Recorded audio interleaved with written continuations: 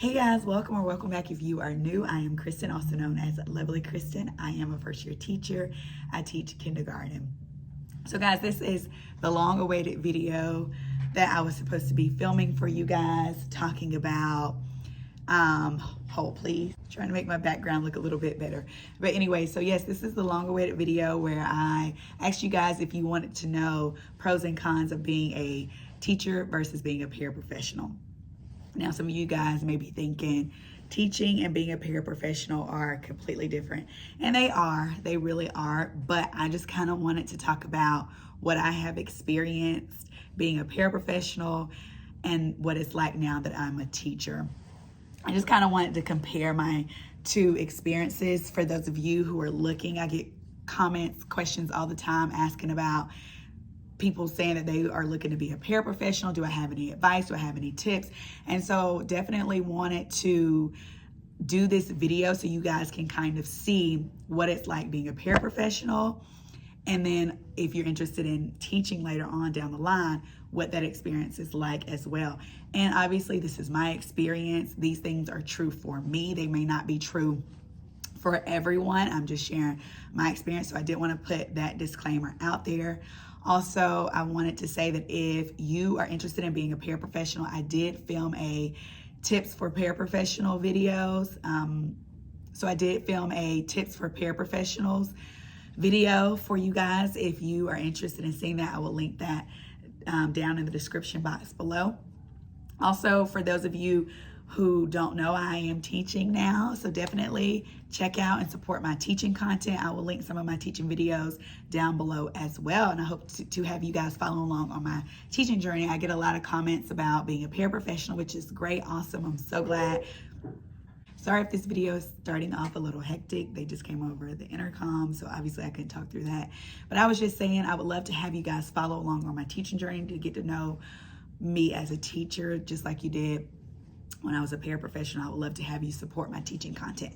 But anyways, without further ado, let's go ahead and jump into the tips. So the very first tip that I would say is the amount of responsibilities that teachers have versus paraprofessionals. Obviously, teachers are going to have more responsibilities, but it's just something to think about before you go into teaching. If you are considering, if you're a paraprofessional and you're considering going into teaching, teachers at the end of the day are held responsible for everything that goes on in the classroom.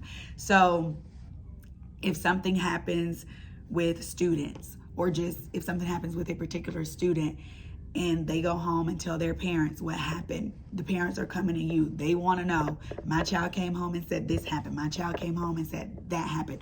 They are reaching out to you because you are the teacher, so they want to hear from you about what happened.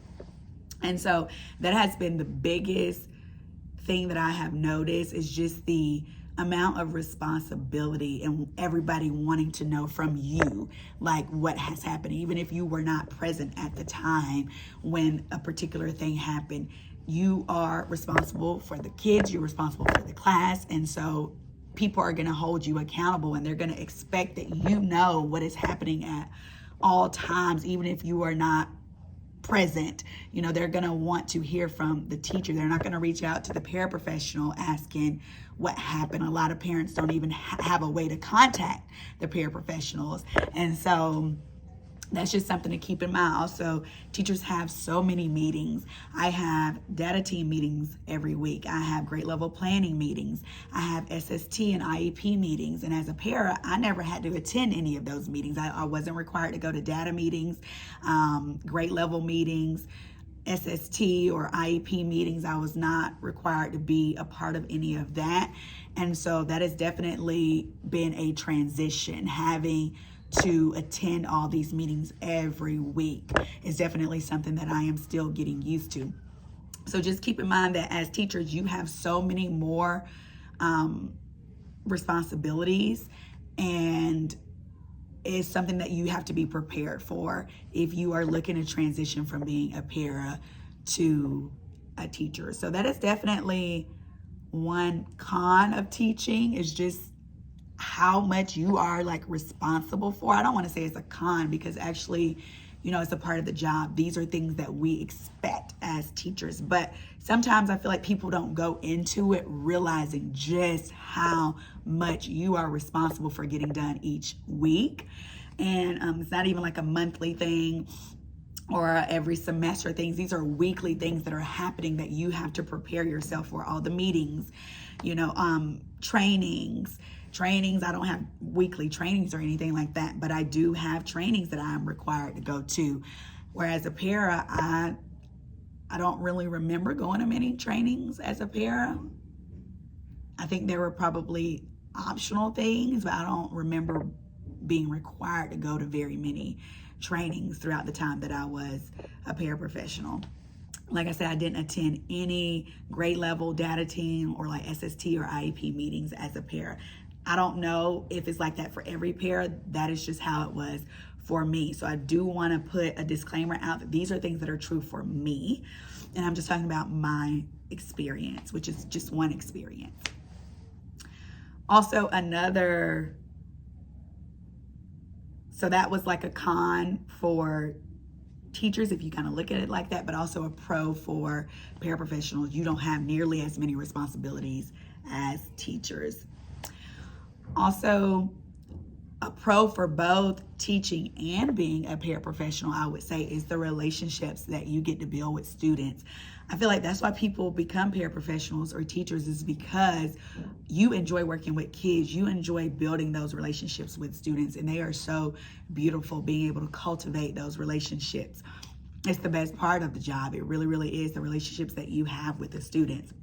One thing I do want to point out, though, is that when I was a paraprofessional, I felt like students were very comfortable with me, which can be a good thing, but it can also be, I don't want to say a bad thing, but you don't want your students to just feel just so comfortable with you. You want them to feel comfortable with you and around you, but you don't want them to get so comfortable to the fact that they feel like they can say anything around you or in front of you. So when I was a paraprofessional, I would have students tell me certain teachers that they did not like, and I had to be like, listen, I'm happy that you feel comfortable to talk to me about things, but you can't talk about your teacher like that to me. Those things you have to keep to yourself. If you feel that way, you have to keep that to yourself. So just having those boundaries with students, especially if you're a paraprofessional, because you don't want them to feel like, because they know that you're not their teacher. You're there, you're there to help out, you're there to assist, but they know the difference, especially the older kids. They know that, okay, this is my teacher and this is someone who comes in to help support me. And so have those boundaries in place and hold students accountable. Don't let them just do or say anything in front of you because they are comfortable. I've even noticed how comfortable kids can be even at the kindergarten level with paraprofessionals, because my para will tell me all the time that such and such told me that he has a girlfriend in the classroom and such is his girlfriend and all this stuff. But then when it comes to me, it's like, don't tell her what I said. I don't want her to know that. So it's like really funny how like even at this level, the kindergarten level, they are more comfortable telling the para stuff and not as comfortable telling the teacher's stuff. It's so funny, and I don't know why, because I'm like, you got a little girlfriend in the classroom, no big deal. So I don't know why this student was just not wanting me to know. It's just so funny though. So just the relationships is the best part of, I think, both jobs, being a paraprofessional, being a teacher. You're going to build such wonderful relationships with students. They're going to grow to really love you and like you and understand why you may have to be sometimes hard on them. Sometimes we have to be hard on students, and they may not always understand that in the beginning. And later on, they will grow to love that about you. They will grow to respect that about you. I've heard so many teachers say students will come and tell them years later, like, thank you so much for how you did this for me, or how you always try to push me to be better, or how you know. And so students, although they may not realize it in the moment, they will one day realize how big of an impact you have on their life. They're going to thank you for pushing them that extra mile, or not just letting them give up, or not just accepting the bare minimum from them. So I would say that's a pro for both jobs. the most obvious, and I'm just kind of talking about these things as they pop in my head, the most obvious pro for teachers and maybe a con for paras is that teachers do make more money than paraprofessionals. Paraprofessionals don't make hardly anything. I know I didn't when I was a paraprofessional. I didn't hardly make anything. But it didn't matter in the beginning because I really wanted to work with kids and I really wanted to see if teaching was a possibility for me. So that's why I started working as a para, is because I wanted to see if teaching could be a possibility for me. And definitely when I found out that it was a possibility for me to go ahead and start teaching while I was in school, getting my master's, getting my certification, I hopped on it because the money, it wasn't all about the money, but obviously we do this for a living. So we need to be able to support ourselves financially. And so definitely I wanted to hop on it as soon as possible because like I said, paras don't make any money. And I do think that paras need to make more for the responsibilities and the duties that they have. And paraprofessionals, we need paraprofessionals. They play such a big role in the classroom. And so obviously teachers make a little bit more. And so if you love working with kids and you want to be able to make more to support yourself, definitely consider teaching over just being a paraprofessional. But obviously going back to the responsibilities, if you're okay with the pay and you're willing to sacrifice the pay for less responsibilities, then being a paraprofessional is all, that might be what you want to, the route you want to take. I joke about this all the time. I would have stayed a paraprofessional for longer if I made more money because of, the amount of you don't have as many responsibilities. So I definitely would have stayed a para for a lot longer if it was financially feasible, but it just was not. Okay, so this is the biggest con for teachers, but pro for paraprofessionals. So when paraprofessionals leave work, their work is done. Like my para right now, she's gone. She don't have to worry about making copies for tomorrow. She doesn't have to worry about what we're doing tomorrow.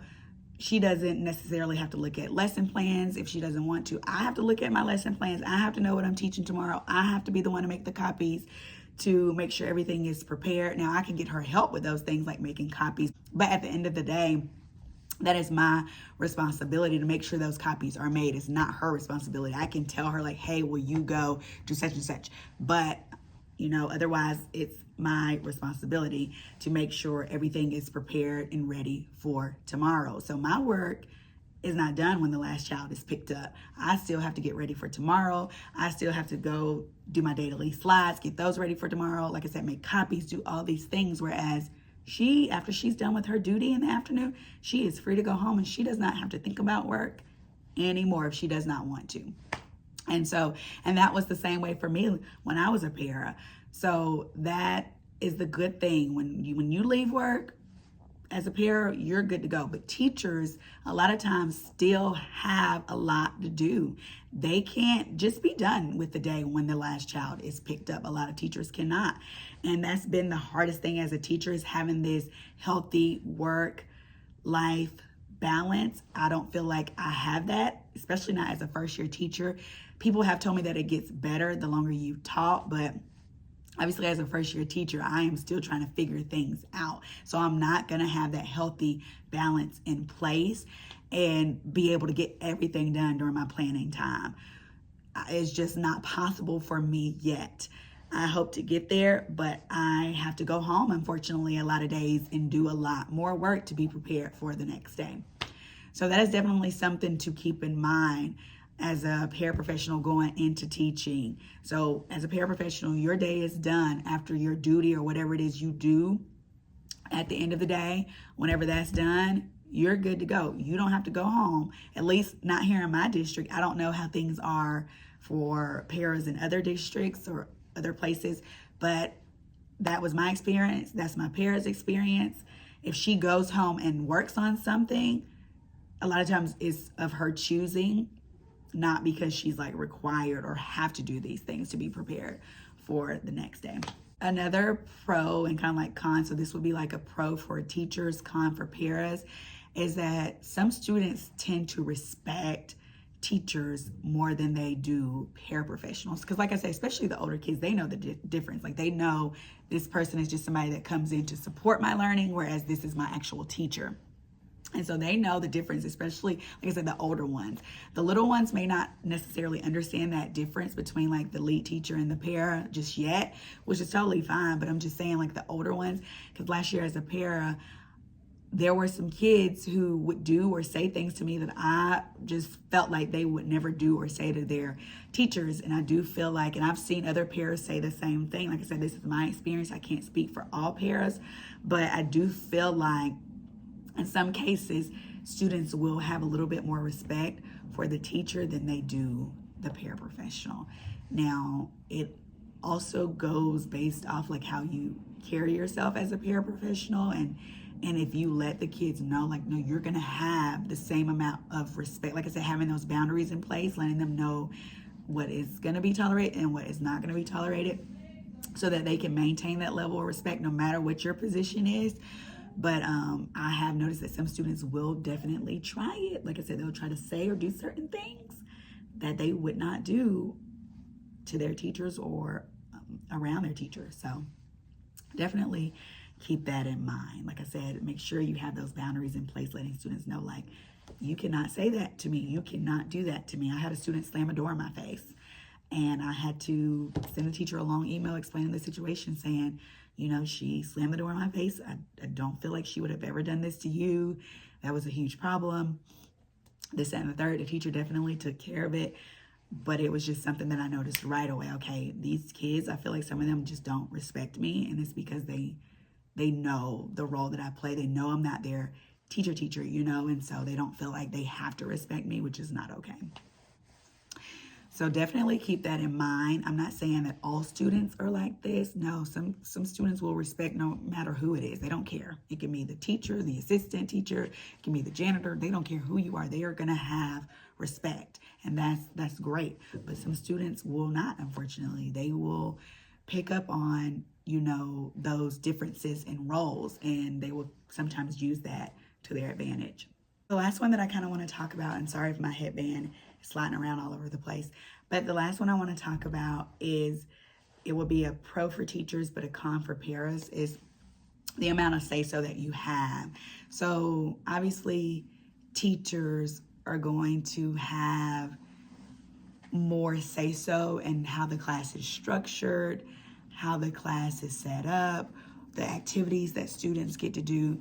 And if it's a good teacher, that teacher will ask the para for advice. I often ask my para for, like, do you think we should do this? Do you think we should do that? What do you think about this? Like, I try to include her as much as I can, but with this being my first classroom, when it came to like how I set up the classroom, which I need to film a tour for you guys, how I set up the classroom, that was my vision, because I've wanted to be a teacher, you know, for quite a while now. And so I was so excited about setting up my first classroom, and I knew that I wanted to be colorful rainbow theme for kindergarten. And so this is my vision. Like, how my room is set up is my vision, and I didn't want to have to share that vision with anyone, so I didn't ask her like much about what she thought about how my class was like set up, you know, the color scheme, the theme, anything like that. Now, as far as like the activities we do and how we structure the class, I do try to get her input on that. But at the end of the day, it is the teacher's classroom, and she's gonna do things how she sees fit. And she may not always ask the para for advice, or would you do this or would you do that? And so you kind of have to be prepared for that. I do feel like teachers should include the para in certain aspects and get their feedback and advice on certain things.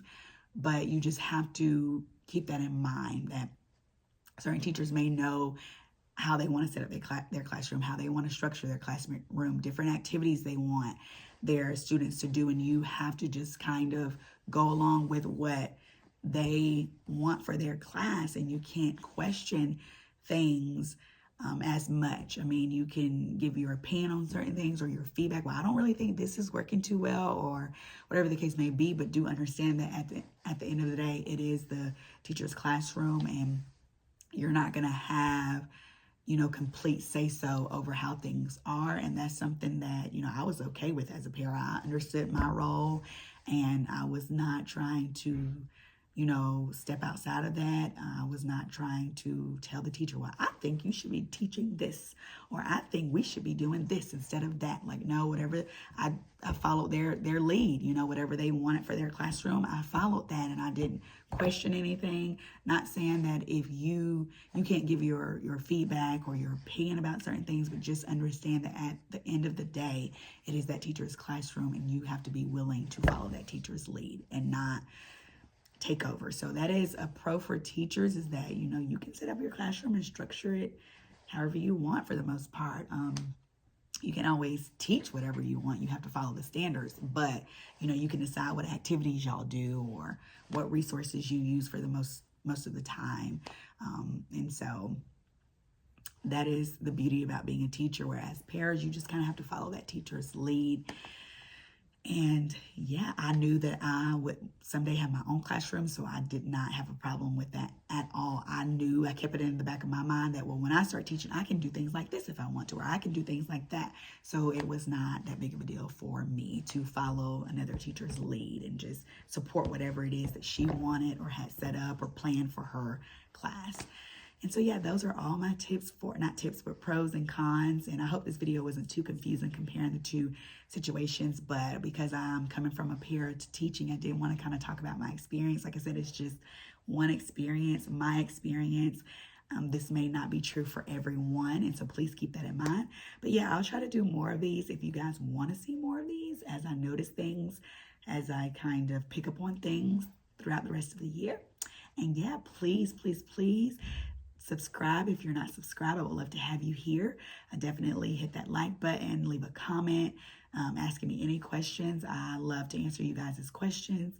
Also, definitely click that bell so that you're notified whenever I post. Definitely do that. I love your support. I appreciate your support. And thank you guys so much. I will see you back here next time.